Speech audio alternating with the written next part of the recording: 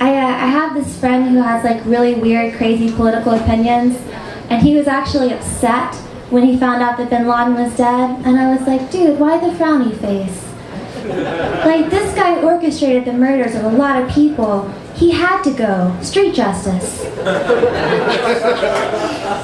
And he was like, I just think the United States should stop focusing on dictators that aren't even in power anymore and go after the real criminals against humanity, you know, like the leaders in Africa that order mass genocide. And I was like, all right, you know, I agree that the mayors of Genocideville need to be dealt with. But Africa? I mean, seriously, there's no oil in Africa, so none of our business. And do you really want to regress like that and start targeting black people again?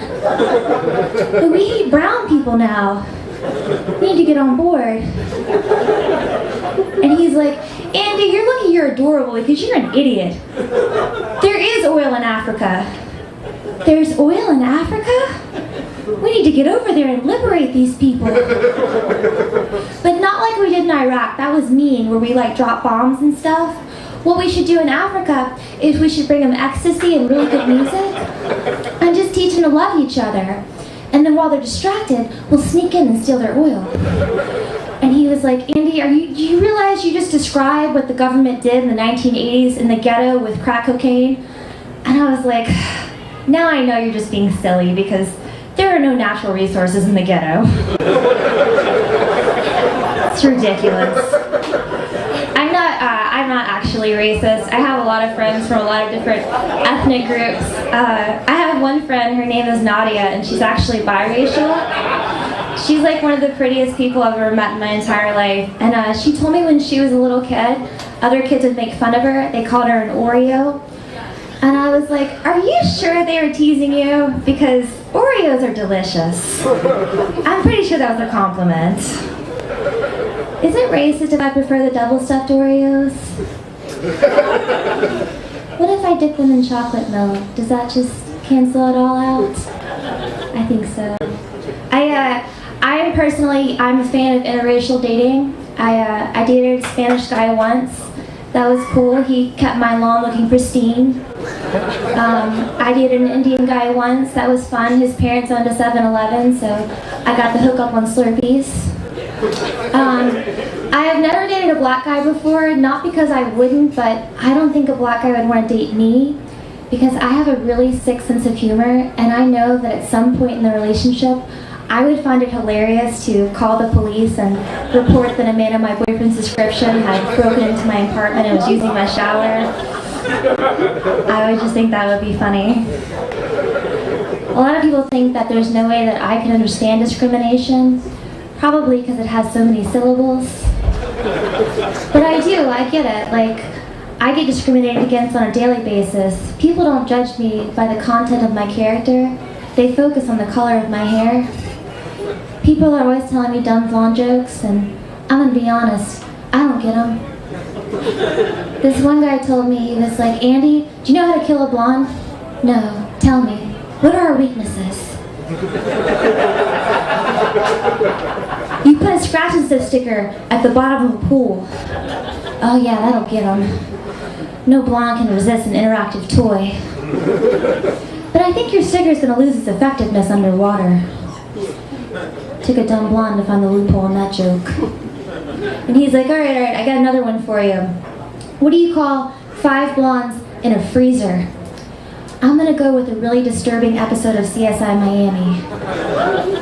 And I don't like your jokes. Nothing funny about hate crimes. And he's like, well, if you don't like them, you should just dye your hair. This is my natural hair color. I'm not gonna dye it just so you'll think I'll be more difficult to murder. I'm used to people thinking that I'm stupid. I learned very early on in life that if people have a negative perception of you, you can do one of two things. You can get really upset about it, or you can use their ignorance against them. For instance, I'm a really bad driver, but I've discovered that I can get away with pretty much any traffic infraction just by pretending that I have no idea what the laws are. Like this cop pulled me over and he was like, yeah, you rolled right through that stop sign. Oh, I know. It's one of the ones with the white trim. Those are optional, right? What, emergency vehicles only? Yeah, I know. This was an emergency. Grey's Anatomy comes on in like 10 minutes. And I forgot to hit TiVo. Yeah. And I also I text while I'm driving, which I know is really bad. Don't do that. The other day I was texting while driving, and this little kitty cat jumped right in front of my car. I looked up just in time to see, and I did hit him, and he escaped, but I was really upset because if I had been paying attention, I could have swerved and taken him out. I don't like cats. I don't like cats because cats don't like people. They just use us because we feed them and because they like to rub their faces against us. I have a dog, and I know that if I were to die in my apartment, my dog would stand guard over my body. Like, she would rather starve to death than let anyone harm me. If a cat owner dies in their apartment, the cat doesn't even check for a pulse. Immediately starts eating your extremities. It's true. It's what tigers are for. I'm happy I didn't hit the cat though, because then I would have had to wash my car.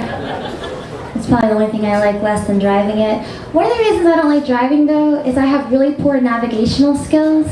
I think that most ladies do, right? Like, no internal GPS whatsoever.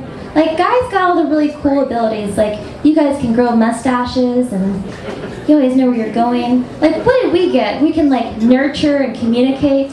Those are bullshit talents. I wish that I could fly and move objects with my mind. Then I could say girl power and mean it. I think the worst thing about being a girl though is that my mind is so illogical. Like, I have no idea what's going on up here half the time. I puzzle myself on a daily basis. Like, I have to constantly fight the urge to cut my hair.